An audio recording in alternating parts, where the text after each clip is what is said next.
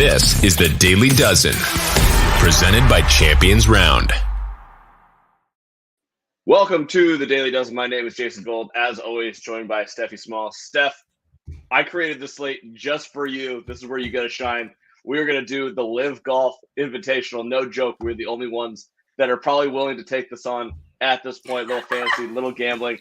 Can't wait to get into it. How excited are you for today's action? I'm so excited. Anyone that watches or sees my Twitter knows that MLB is not my favorite. So it'll be nice to take a little bit of a break from doing MLB props. All right. So we have LIV Golf that starts at 1:15 p.m. on the West Coast. Shotgun start because for some reason these idiots decided that that's the best way to golf. I don't agree with it, but that doesn't mean or prevent us from gambling on it, which we were going to do in excess today. I promise you. So why don't we get the props on the board, and then at the end of the show, we're going to run through some props and bets that are available on BetMGM right now. But let's start off with our Daily Dozen props for the day. Get these on the board. So LIV Golf, round one, June 30th, 1:15, kickoff Pacific time.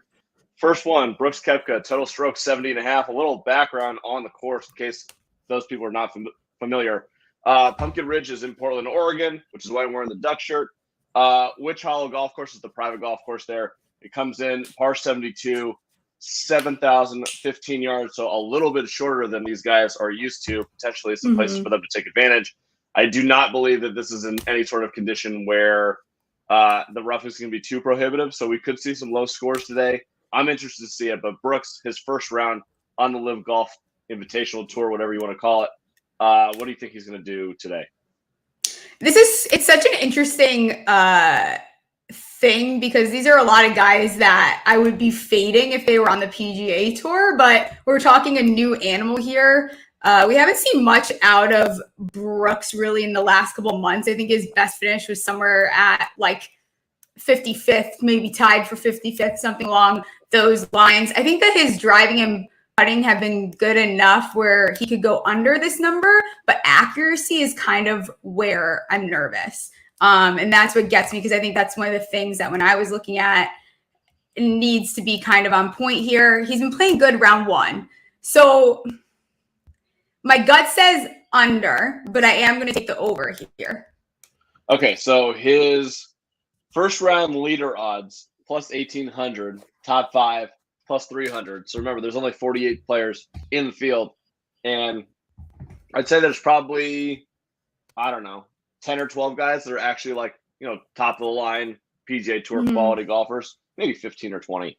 But Brooks is definitely at the top of the heap here. If you're doing the power rankings of guys on this tour, where do you think you'd have him? He got to be like a top three guy, right? Yeah, at least top five for sure. So depends what kind of Brooks he wants to play is the thing. Yeah. Well, here's the thing about Brooks, right? The guy only gets up for big tournaments. Do we consider this a big tournament? I know there's a lot of money on the line, but really it's just like it's an amateur invitational thing. Like there's no history. There's nothing on the line. People don't care if you get a trophy here. But at the same time, he's petty. So it's like how he would love to play some really good golf and to get everyone to shut up because he's turned into quite the villain lately as far as like golf Twitter and the golf world goes. So I could see him coming out pretty hot, nothing to lose. And then like exactly, he could go into the weekend and be like, whatever, this doesn't really matter anyways. And then start playing not as well as he did the first round. All right, so you're going the over here. I'm not sure where I'm going to end up. Probably on the under. I'm a little worried that I set these lines a little bit too high. I don't know what condition this course is. I'm thinking about it like a PGA Tour round, but this might just be like a members setup that they're just going to destroy. So I'm not really sure there. Yeah. All right, let's get to the next one. Dustin Johnson, total strokes, 69.5.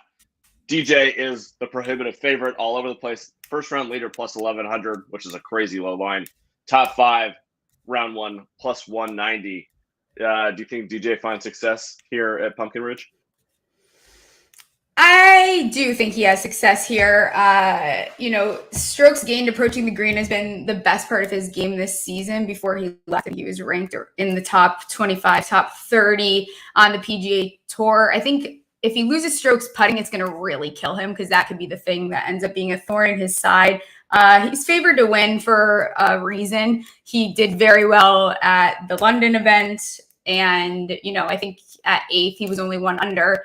But again, we don't really know. The course is what's making me nervous. I don't know exactly what to expect.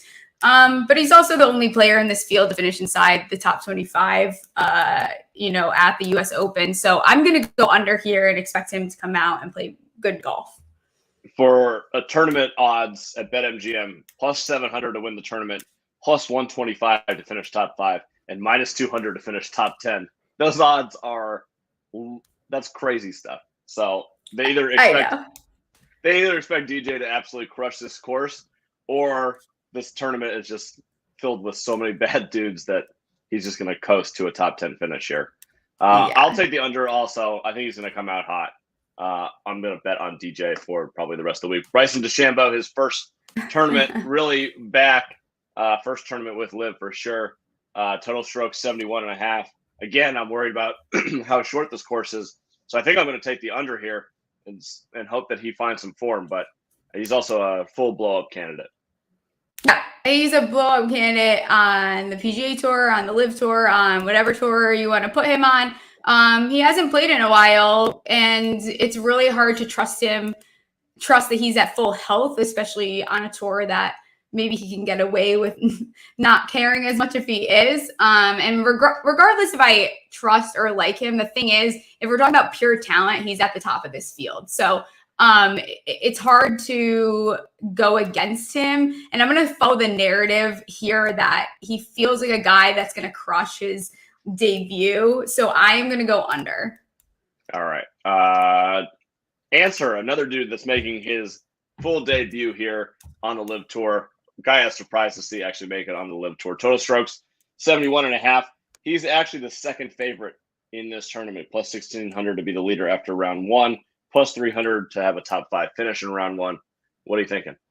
So he actually came in. This was before they combined, because they're combining 2 of the courses for this tournament. He came in second here in 2017 on Corn Ferry. So he has familiarity.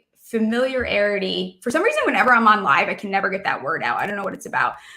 So he is, he knows this course probably in comparison to the rest of them a little bit better.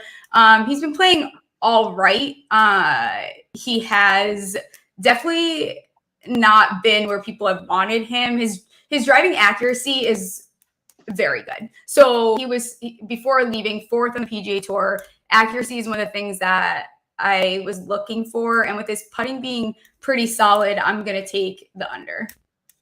All right, I'm going to take the under too. I think that was really good advice and a good angle from you. Tournament winner for answer, plus 1,200, top 5, plus 200, top 10, minus 150. Given the fact that he knows this course well, those may be very prudent bets. Patrick Reed, total stroke 71.5. I hate Patrick Reed. I used to love him, Captain America, but he has totally flipped me the other way. So this might just be a spite pick. Very Smallsian of me to do this. I'm going to take the over 71.5.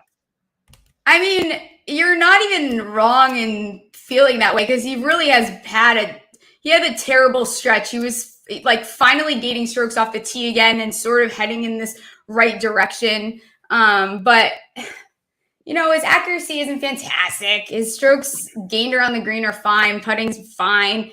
It does feel like a tournament he could maybe piece it all together, but I'm with you. I'm not buying into it. He does tend to play better the first day, but we're going to do over. We're going to do over. All right. Last one for the total strokes. Phil Nicholson, 72.5. What are we thinking about old lefty? I feel like, are we sure that he is not going to be like as hungover, still drunk, whatever at this tournament? I don't know. I mean, he's a huge long shot in any form. He had a subpar performance in London, going 10 over, finishing 34th place in an arguably worse field. And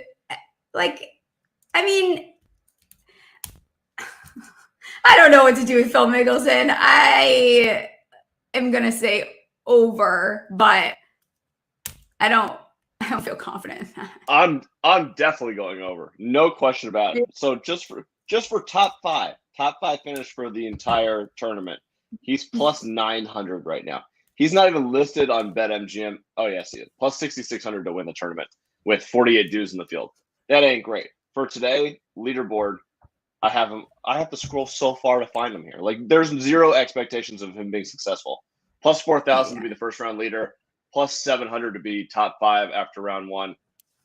I think it's just done for Phil. And the guy hasn't played golf in 6 months. Like, I have zero idea what to expect. He was awful in London. He looks horrible. I'm sorry. Like, I know that's not something we like base our bets off of, but he doesn't look like he's in great shape or sleeping or not using recreational. Like, I don't know what he's doing. So I think I'm off of Phil entirely. I mean, the pictures in London, he was definitely on some recreational drugs in the bathroom. Oh, so. Yeah. I mean, 100%. You know what, Phil? Good on you. Live your life. But we're going to fade you today. We're going over 72.5 strokes. All right. DJ, position after round 1, 4.5. So the under means that he's going to finish in the top 4. The over means that he's not going to finish in the top 4, basically, in case anybody's unaware of that. What do you think?